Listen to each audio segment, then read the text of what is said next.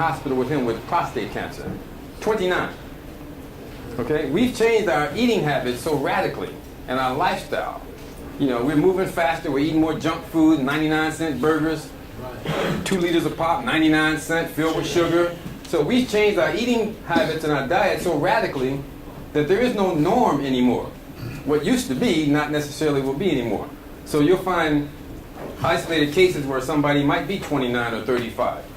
You know, there's a reason why white men can wait until they're 50 to get screened every year, and then every year thereafter. Black men should start at 40, but that doesn't mean that you can't get prostate cancer at 25 or 28. So the ideal thing is to, you know, just pay attention to your body. Would it affect your urine? Like when you go to the bathroom or something, you know, would it, like, you know, your like stream. I say normally that you go to the bathroom, you can hold it, but then you get where, before you get to the bathroom, you gotta go. Yeah. It begins to, as I said, the prostate surrounds the urethra. And the urethra is where the urine flow comes from to go into the penis. As the prostate starts to enlarge, it starts to squeeze on the urethra. You know what I'm saying? So it's just like having, you know, like there's a hose between, and you squeeze the hose, and it starts to close up, and the flow starts to trickle out. And then what happens, there's a buildup sometimes, and when you gotta go, you gotta go. It may come out, it stream out slow, and then sometimes you may have to stand there for a few extra minutes and just kind of like squirt a little bit at a time. So those are sent. Then again, that does not mean prostate cancer. That's, you know, that could be an enlargement. Even those symptoms, doesn't that just come along with old age? Well, yeah, because the prostate enlarges as you grow older. You know, so that's the thing that's going to happen. Like I said, 95% of men are going to have prostate problems. You know, but normally it occurs as you get older, like 65 and 70 and stuff like that. More men die with prostate cancer than from it, because it's the slowest growing cancer of all the cancers. It's the second leading cancer death in men, second to lung cancer. But the people that have prostate cancer, and traditionally it used to be older men had it. So if you found out that you had prostate cancer at 65, the chances of you dying with the prostate from the prostate cancer is very slim, because it's a slow developing cancer. Is there a connection between prostate cancer and breast cancer? That I can't answer. That would take a medical doctor. I don't think so, but I couldn't answer that, you know, officially. Okay. Well, anyway.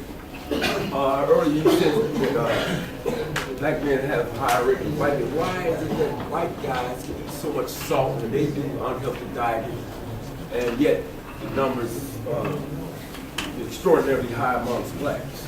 Well, we have to understand that even though we're all human, that we are biologically different, our body makeup, you know, we have certain things in our bodies that our white counterparts don't. You know, we're more closely aligned with the heat and tropical, and white people are more on the European side.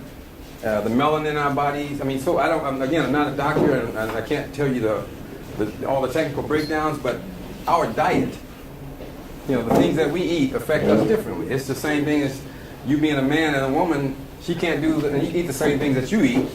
You can take a man and he can go out and get drunk, get beaten down, and face swollen up and everything, and 2 months later he can look normal and bounce right back and keep on going, because physiologically our bodies are different from that of a female. You do the same thing to a woman and she'll start to break, because she's not made of the same stuff, made, you know, on the same physiological basis that men are. So there's a difference between us as races of people. Asians and people from the Orient, they have a very little level of prostate cancer. 15% of their diet is fats and meats. Ours is about 45%.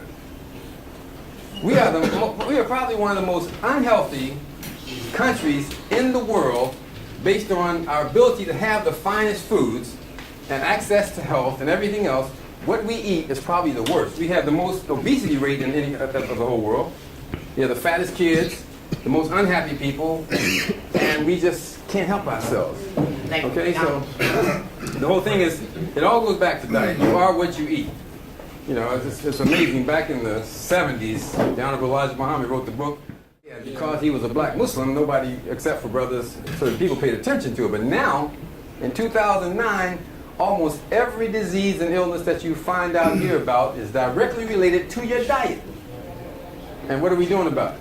No, nothing. Nothing. You know, I stopped pork consumption in 1969. I stopped eating all the pig. You know, my center cut pork chops, my honey cured ham. Man, I had to have it. In 1969, I saw this worm come up out of the pork called a trichina worm. Nobody had to tell me nothing else. Nobody had to tell me anything else because for my own benefit. And when I told people about it, they laughed about it. Well, you can laugh because I'm not trying to make you understand what I'm talking about. I'm letting you know that I found out about something that works against my health, and I'm not putting no more of it in me. That was 40 years ago. You know, about a month ago, there was the same thing that came up in California where they found that same worm in a woman's brain. But the same thing with the prostate. With all our health, the point of this whole workshop and this whole organization, Progressive Institute of Health, Education, and Training, is to educate us on how to take better care of our bodies and to train us on how to go about finding out about the free screening clinics if you don't have insurance, use your Medicare, Medicaid, come up with the $10, whatever you got to do. Go and get some sort of health interest from a doctor to let you know what the condition of your body is. No. The video he stated once a year. The question states 60 days. Is it necessary to go back 60 days? No. The question is, will you go and get screened within the next 60 days? Yeah. If you haven't gone and gotten screened yet, do yourself, your wife, your children, your loved ones, somebody, you know, if you don't love yourself enough, love the people that love you, go get screened. That's all I can tell you. I was born and raised in Chicago, grew up on the west side. I went to Penn, Mason, Farragut, hung out on the streets, lived on 16th Street, Central and Lake, all over the west side. Probably know some of you guys' families, okay? I left Chicago and moved to the East Coast. Probably one of the best things that happened for me because before I left, I was so busy. I'm so busy with everything, you know, running here, running there, trying to make enough money, trying to be at the spots, trying to catch up with people. So my life was full of all sorts of activities. And out of all the things I was busy doing, guess what the number one thing was that I didn't have time to do? Medical exams. Medical exams. I ain't got time to go to the doctor, man. I'm going to do that next week. You know, next month I'm going to do this, okay? And then on top of that, it's like, man, the idea of going and having, you know, bending over the table, having this dude stick his finger up in my rectum. It's like I I used to think it was the most humiliating exam that a man could go through. I mean, the most humiliating.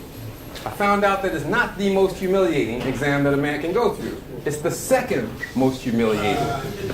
Okay? The first most humiliating exam that a man can go through is the biopsy. And I'll get to that part. But anyway, I left and went to Rhode Island, and I was a much slower lifestyle because I didn't know a lot of places, a lot of people, and I spent more time concentrating on me. And the first thing I did was went and got my eyes examined, had my cholesterol checked, my PSA. I'd never even heard of a PSA before. You know, I didn't know what a PSA and a DRE, all I knew was you got to go for a prostate exam. That's all I knew was a prostate exam. And all of my going around and everything else, I did not know what a PSA or DRE was. But my doctor was concerned in my routine checkups. He said that your cholesterol is high and your PSA is high. And that gives me concern. I said, okay, well, I understand the cholesterol part, and I'm going to work on that. What do I need to do? Because I don't want no drugs. I only want to take drugs if I absolutely have to, because normally if you take a drug to fix something, you got to have another drug to fix what it messes up because you took it. So now you got a shelf full of drugs because you won't take the time to do what you need to do. Change your diet, increase your exercise. So when he told me about the cholesterol, I said, okay, I'm about to get rid of all my fried foods. He said, chicken skin is the worst thing for cholesterol that you can eat. And especially fried chicken skin.